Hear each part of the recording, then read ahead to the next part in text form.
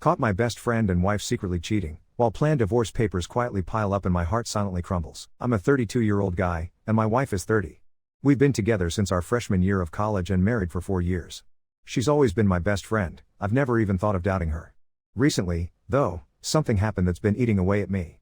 We just got back from a long weekend camping with 2 other couples, friends we've known for years. The trip had been great, but on the morning we were packing up to head home, I caught something out of the corner of my eye that shook me.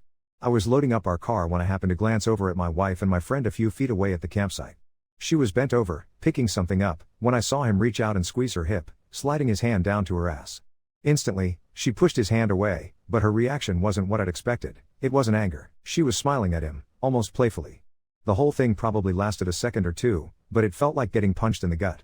I looked around, hoping maybe someone else had seen it, but his wife was busy packing their car, and the other couple was off chatting. No one else noticed. The drive home was quiet. I couldn't get that image out of my mind. My wife tried to chat, but I barely heard her. When she asked if I was okay, I lied and said I was just stressed about work. The rest of the day, I just went through the motions, replaying what I'd seen. I barely slept that night. All kinds of questions spun through my mind. Maybe I'd misread the situation, but the smile on her face just felt wrong, too friendly, too casual, like a line had been crossed. I'd always trusted her completely, never felt the need to snoop on her. But suddenly, I found myself thinking about checking her phone, even though I didn't know how, since it's password protected. My stomach was in knots and I felt like I was losing my grip. Then, last week, everything blew wide open. Completely by chance, I found undeniable proof my wife had been cheating on me, with my friend. Turns out, they'd been sending each other messages, including explicit content, for a while, and they were still actively talking. I haven't confronted her yet, but now I know for sure. I feel deeply hurt, but more than anything, I'm numb. The feeling is eerily similar to the numbness I felt after my parents died a few years ago, like my mind is protecting me by putting my emotions on ice, at least for now. Even though my whole world is cracking, I've started following the advice to get my ducks in a row. I quietly researched lawyers and started pulling together the information I'd need before confronting her. It feels methodical and cold, but it's the only way I can cope right now. Before I get hit full force with the emotions I know are coming, I decided to prepare myself. I don't know if that makes me heartless, but the reality hasn't fully sunk in yet. I find myself questioning everything about our relationship. How do you decide to stay with or leave someone who betrays you like this? For reference, we're both in our early 30s, and we don't have any kids. I managed to hold myself together all week, keeping things normal on the outside, but then this morning, something trivial broke me. I was in my home office, sorting emails, when my wife brought me a mug of coffee before leaving for work. She wished me a good day and gave me a kiss, like everything was perfectly normal. That tiny moment made everything real. It hit me what I was about to lose, and I completely lost it. After she left, I bawled for hours, thinking about the life we'd built over the last 12 years. Now I'm still watching her movements, tracking every conversation she has with my friend using her iPad. I know they met up yesterday. They were supposed to go to a motel, but ended up at his house when his wife had to leave for a family emergency. The two of them disgust me. I am so angry. Not only am I losing my wife but also a close friend, a man who stood beside me at my wedding and when I buried my parents. 12 years of commitment, completely destroyed because the two people I trusted most couldn't keep their hands to themselves. I don't need anyone to tell me I should leave her. I will. I have more legal consultations lined up, and soon I'll start the process officially. Right now, I just need to get this out because the weight of it is suffocating me. With my parents gone, she was the only family I had left. Now I'm about to lose that too. I'm not okay. Honestly, I'm deeply depressed, and on top of it all, I have to keep pretending everything's fine until she's served the divorce papers, when deep inside, all I want to do is scream. Update 1: I found her iPad. She never bothered to put a password on it, so I got in easily. It's still linked to her phone. That's how I discovered Telegram installed. Turns out, that's where the real conversations have been happening. As I scrolled through their chats, the horrible truth hit me: she's cheating on me. I'm not falling apart, yet. Somehow, I'm holding it together, trying to plan my next steps without doing something reckless. Should I confront her as soon as she walks through the door? Or should I go to his house and face him myself? I need to figure this out before I do something I'll regret. Update 2: Thanks to all the advice I've gotten, I managed to play it cool. I haven't said a word to her. I've locked myself in my home office, pretending I need to catch up on work, and she's bought the act. I took the iPad with me, she never uses it, so she doesn't even know it's missing. As a precaution, I photographed all their messages with my phone. Digging deeper into their chats, I've realized that their affair has been going on for at least 8 months. Telegram is their main playground. I saw nudes, sex messages, and even plans about making it official after leaving me and his wife. I can't believe she could do this to me. Just this evening, she sent him a suggestive photo on her way to the gym, then came home and tried to kiss me, wanting sex. I told her I had work to do and stayed away. Right now I feel lost and can barely think. I need to get my head straight and gather all the evidence. I'm taking your advice, lawyer up, document everything. I realize that separating our finances is smart. We co-own our apartment, and all our bank accounts are joint. After my parents died in a car crash 2 years ago, they left me a big inheritance, and she knows about it. Luckily, she can't access that fund, but I wonder if there's anything else I need to do to protect myself. At least there are no kids in the picture. Update 3: Today I worked from home. I had no meetings in the morning, so I spent that time researching and calling lawyers. I've got 2 consultations set for tomorrow, though most can't see me until next week. Once I've found the right lawyer and secured my position, I'm going to tell his wife everything and show her the proof. I want to make sure she has time to sort out her life and find her own legal help before I decide how and when to confront my wife. I'm still struggling to process all of this. Oddly, I'm not even angry, just numb, maybe sickened by what I've read, especially the explicit messages. It's like I'm moving through the motions, but it's not even my life. I'm not sure how long I can keep up this poker face without tipping her off. I really appreciate all the support I'm getting. Update 4. I'm seriously humbled by the outpouring of messages and support. Not much has changed since yesterday. I've been keeping myself busy working and hitting the gym. My parents' death anniversary is next month, which she knows, so when she asked why I seemed distant, I told her it was on my mind. I've got several meetings with lawyers scheduled, most are next week, but a few are happening this afternoon. After I sit down with one and get my options clear, I'll be ready to decide what comes next. I'll update once I know. Update 5. I'm a man whose world turned upside down in just a matter of weeks. 2 weeks ago, I discovered my wife of several years had been cheating on me, with my own friend. The way it happened still haunts me. It was pure chance. I happened to be in the right place at the right time, glanced in their direction, and everything unraveled from there. Once I confronted her, layers of lies surfaced. Not only did she confess to kissing a stranger at a bar, but the more I dug, the more I realized I had no idea what else she'd been hiding. My trust evaporated, replaced by endless gaslighting from her. I kept asking myself how someone who says they love you could be so cruel. My wife was the only family I had left. My parents died in a car crash 2 years ago, and I'd leaned on her ever since. When she threw my own words about being alone back in my face, I was gutted beyond belief. After finding the messages, I launched into action. I found a hell of a lawyer who managed to draft up my divorce papers within days. Just yesterday, I officially filed. We live in a no-fault jurisdiction, so it didn't matter how much evidence of her cheating I'd collected. Luckily, my inheritance remained untouched because I never used it for marital expenses. The condo we shared was a wedding gift, both our parents contributing equally, so either one of us has to buy the other out or we both have to sell. Saturday came, and while my wife and her lover were out on an overnight trip they disguised with careful lies, I called his wife, the other betrayed spouse, OBS, and asked to meet for coffee. I showed her the messages, the pictures from their Telegram app, everything. She broke down, blindsided, admitting she'd only thought her husband distant because of work. I handed her my lawyer's contact to help her as she considered her next steps. Sunday night, my wife returned, playing the devoted spouse. She walked through the door, showering me with kisses, saying she'd missed me, after spending the weekend in a hotel with him. Her ability to compartmentalize is something diabolical. Following my lawyer's advice, I live in a one-party consent state. I recorded the entire conversation when I sat her down. I started by asking her to promise to be honest with me. She agreed, already nervous. Did she love me? Was she happy? Had I ever hurt her physically or emotionally? Yes, no, she answered each, wary but still acting. Then, I asked the question, if you're happy with me, why are you cheating on me? She froze, first denying everything, but eventually admitted to kissing a guy at a bar months ago, blaming alcohol and a moment of weakness. I was almost amused at how absurd the situation had become. She had lied and cheated at every opportunity. I quietly handed her my lawyer's card and told her I was filing for divorce. I hadn't actually filed yet, I just wanted to see if there was even a shred of our marriage left to save. When I started packing, her tears and apologies quickly morphed into gaslighting and emotional manipulation, telling me I was throwing away the only family I had left.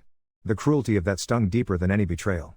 I left the house that night for a hotel, where I've been since, searching for a new apartment. When I went back to collect more of my things, I picked up the iPad I'd forgotten. It held even more revelations, messages between my wife and her friend from the bar, accusing her friend of outing her secret, fracturing what few alliances my wife still had.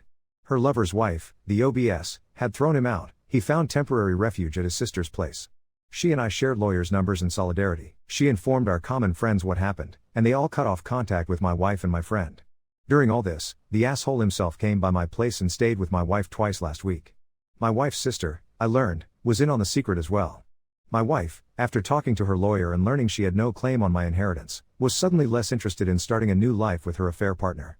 Then came the message from my wife, asking to put a pause on the divorce. She insisted she still loved me, pleaded that everyone makes mistakes, and told me she couldn't live without me, the usual script.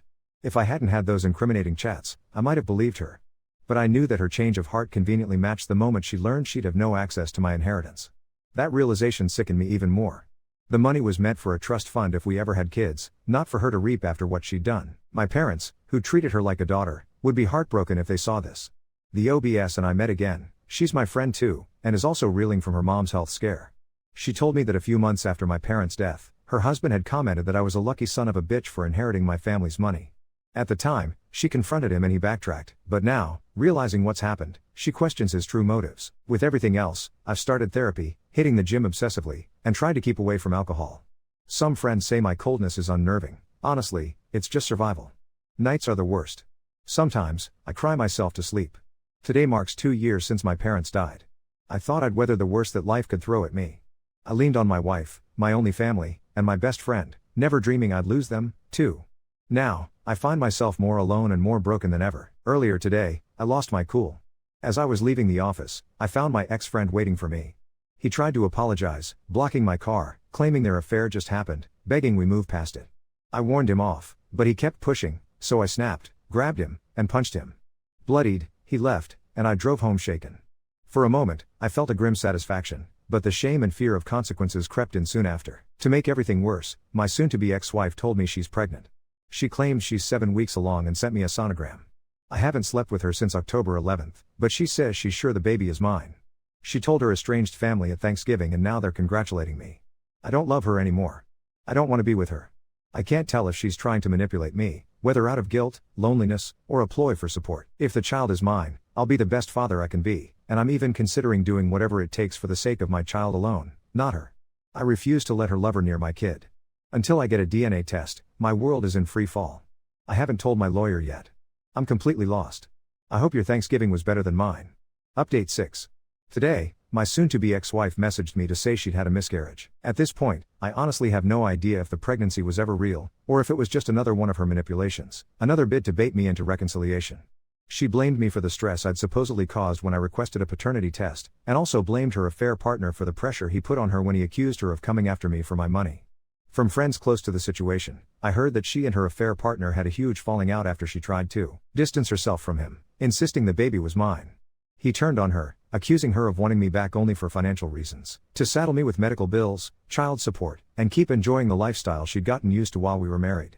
Leading up to this, she'd been bombarding me with messages about our baby, sharing updates she was getting from a pregnancy app she subscribed to. I never replied, refusing to let her rope me in or accept any responsibility without proof. This might sound awful, but a part of me suspects she was never pregnant at all. Maybe her story ended the moment she realized I was serious about confirming paternity with a DNA test. In any case, it's over now, the ruse has collapsed, the act dropped. I can't help but feel an intense rush of relief. The prospect of being legally tied to this woman for another 18 years terrified me. Yet oddly, alongside relief, there's a surprising note of sadness. Part of me mourns that lost hope of fatherhood. Maybe, someday, when I find the right person, I'll get the chance to become a dad for real. Update 7. It's been 3 weeks since the miscarriage, or whatever the hell that was. I thought I'd finally close the book on this nightmare, but life had other plans. Last Tuesday, I was having lunch with a colleague when my phone buzzed. A text from an unknown number: "We need to talk. It's about your wife. Meet me at Starbucks on 5th Street at 6 p.m. Come alone." My blood ran cold. After everything I'd been through, I wasn't about to walk into some trap. But curiosity got the better of me. I showed up early, positioned myself where I could see the entrance, and waited. The woman who walked in wasn't who I expected. Mid-40s, professionally dressed, nervous energy. She spotted me immediately. I guess I looked as paranoid as I felt. She introduced herself as Sarah, and what she told me next made my stomach drop. Sarah works at the medical clinic where my wife claimed to have her pregnancy appointments. She's a nurse there, and she recognized my wife's name from our mutual friend group. Apparently, Sarah's sister went to college with us. Here's the kicker: there's no record of my wife ever being a patient there. No appointments, no sonograms, nothing. But it gets worse. Sarah had been struggling with whether to reach out to me for weeks. She'd heard through the grapevine about our divorce, and when she put 2 and 2 together, she realized my wife had been using fake pregnancy documents. Sarah showed me what a real sonogram from their clinic looks like: completely different format, different logo, different everything from what my wife had sent me. I felt sick. The woman I'd been married to for 4 years had fabricated an entire pregnancy, complete with fake medical documents, just to try to manipulate me back into the relationship. The depth of her deception was staggering. That same night, I got a call from the OBS, my friend's wife. She was crying, barely coherent. Apparently, Her husband had just confessed to her that my wife had been blackmailing him for months. She'd been threatening to tell his wife about their affair unless he gave her money. Small amounts at first, a few hundred here and there, but it had escalated. He'd been stealing from their joint account to pay her off. The OBS confronted my wife directly. She drove to our old condo and found them together again. But this time, instead of a romantic rendezvous, she walked in on my wife demanding $2,000 from him, threatening to send screenshots of their most explicit conversations to his employer if he didn't pay up. My wife had played us all. She wasn't some heartbroken woman making poor choices, she was a calculating manipulator who'd been orchestrating this whole thing from the beginning. The fake pregnancy, the emotional manipulation, the reconciliation attempts, it was all about control and money. I immediately called my lawyer and forwarded all the evidence Sarah had given me, plus the information from the OBS. Turns out, what my wife was doing could constitute fraud and extortion. My lawyer filed an emergency motion to freeze her access to any remaining joint accounts. Yesterday, I got a series of increasingly frantic calls from my wife. She'd been served with additional papers, and she was losing it. Her last voicemail was pure venom. "You think you're so smart, don't you? You have no idea what I'm capable of. This isn't over." The scary part? I believe her. I've realized I never really knew the person I was married to. The woman I loved was a facade, and underneath was someone willing to lie, cheat, steal, and manipulate without any apparent conscience. I've had to change my locks, and I'm seriously considering a restraining order. My therapist says I'm dealing with what essentially amounts to psychological warfare, and the trauma is real. Some days I feel like I'm losing my mind, questioning everything about the last 12 years. But for the first time in months, I also feel something else: clarity. The woman I mourned losing never existed. I'm not grieving a failed marriage, I'm recovering from an elaborate con that lasted over a decade. The divorce proceedings are moving forward, and with the new evidence of her fraudulent behavior, my lawyer is optimistic about protecting my assets completely. The OBS and I have become genuine friends through this mess. We're the only ones who truly understand what we've been through. I never thought I'd say this, but I'm almost grateful for that moment at the campground when I saw him touch her. If I hadn't witnessed that, I might have lived the rest of my life as a mark in my own wife's long con. I'm still broken, still angry, still struggling to sleep. But I'm also free. And for the first time in years, I feel like the worst is finally behind me. I hope I'm right about that. Update 8. I was wrong about the worst being behind me. Dead wrong. It's been 6 weeks since my last update, and I thought I could finally breathe. The divorce was progressing smoothly, my ex-wife had gone radio silent after the restraining order, and I'd even started dating again. Nothing serious, just coffee dates to remind myself that normal people exist. Then last Thursday happened. I was at work when my phone rang. Unknown number, but something made me answer. It was a man's voice, shaky and desperate. "Is this about your wife? The one who was cheating?" My blood turned to ice. "Who is this?" "My name is David. I think we need to talk." We met that evening at a diner across town. David turned out to be a guy in his late 20s, wedding ring on his finger, looking like he hadn't slept in days. What he told me made my stomach drop. His wife had been acting strange for months, distant, secretive, always on her phone. Sound familiar? He'd finally gotten suspicious enough to hire a private investigator. The Pi had been following her for 2 weeks when he discovered something bizarre. She wasn't having an affair with another man. She was meeting regularly with my ex-wife. At first, David thought they were just friends. But then the Pi captured them kissing in a parking garage. His wife, who'd been married to him for 3 years, was apparently having an affair with my ex-wife. I sat there, speechless, as David showed me the photos on his phone. There was my ex-wife, the woman who'd spent months manipulating me, now wrapped around another married person, destroying another family. But that wasn't the worst part. David's wife works in real estate. High-end properties, wealthy clients, access to financial records. The Pi had discovered that over the past 4 months, she'd been feeding information to my ex-wife about her clients' personal lives, financial situations, and relationship problems. My ex-wife had been using this information to target vulnerable people, recently divorced men, specifically. I thought about Sarah, the nurse who'd warned me about the fake pregnancy. She'd mentioned that my ex-wife had been asking around about me for weeks before that meeting. Now it all made sense. My ex-wife had been building a network, gathering information, preparing for her next moves. David broke down as he explained that his wife had been stealing from their joint account, not to pay off a blackmailer, but to fund whatever scheme my ex-wife was running. They'd traced nearly $15,000 that his wife had withdrawn over the past 3 months. "She's not just a cheater," David said, his voice cracking. "She's a predator. And your ex-wife is the one pulling the strings." The next day, I called my lawyer and the OBS. We arranged to meet that weekend to compare notes. What we discovered was terrifying. The OBS had been digging into her husband's phone records more thoroughly. She'd found evidence that my ex-wife had been in contact with at least 3 other men over the past year, all recently divorced, all with significant assets. One of them had actually given her money, thinking he was helping a friend through a rough patch. We'd stumbled onto something much bigger than a simple affair. My ex-wife had been running a long-term con, using multiple people to gather information and target vulnerable men. The affair with my friend might have been genuine at first, but it had evolved into something much more calculated. I felt sick thinking about it. How long had she been planning this? Had our entire marriage been part of some elaborate setup? That's when my phone rang. It was my ex-wife, calling from a number I didn't recognize. "We need to talk," she said, her voice eerily calm. "There are things you don't understand." "I understand plenty," I replied, my hand shaking. "No, you don't. You think you're so smart, but you have no idea what's really going on. Meet me tomorrow night. The park where we had our first date. Come alone, or you'll regret it." The line went dead. I stared at my phone, my heart pounding. The restraining order was still active. She wasn't supposed to contact me at all. But something in her voice had changed. This wasn't the desperate manipulation from before. This was something else entirely. Against my better judgment, and despite my lawyer's advice, I'm going to meet her. I need to know what she's really capable of. I need to understand what I was married to for all those years. I've arranged for the OBS to know where I am, and I'll have my phone recording everything. But I have a feeling that whatever my ex-wife tells me tomorrow night is going to change everything again. I thought I'd hit rock bottom months ago. I'm starting to realize I was just getting started. Update 9. I should have listened to my lawyer. I should have stayed away from that park. But something in her voice that night had hooked into a part of me that still needed answers, even after everything she'd put me through. The park was almost empty when I arrived, just a few joggers on the main path. I chose a bench under a streetlight where I'd have visibility in all directions.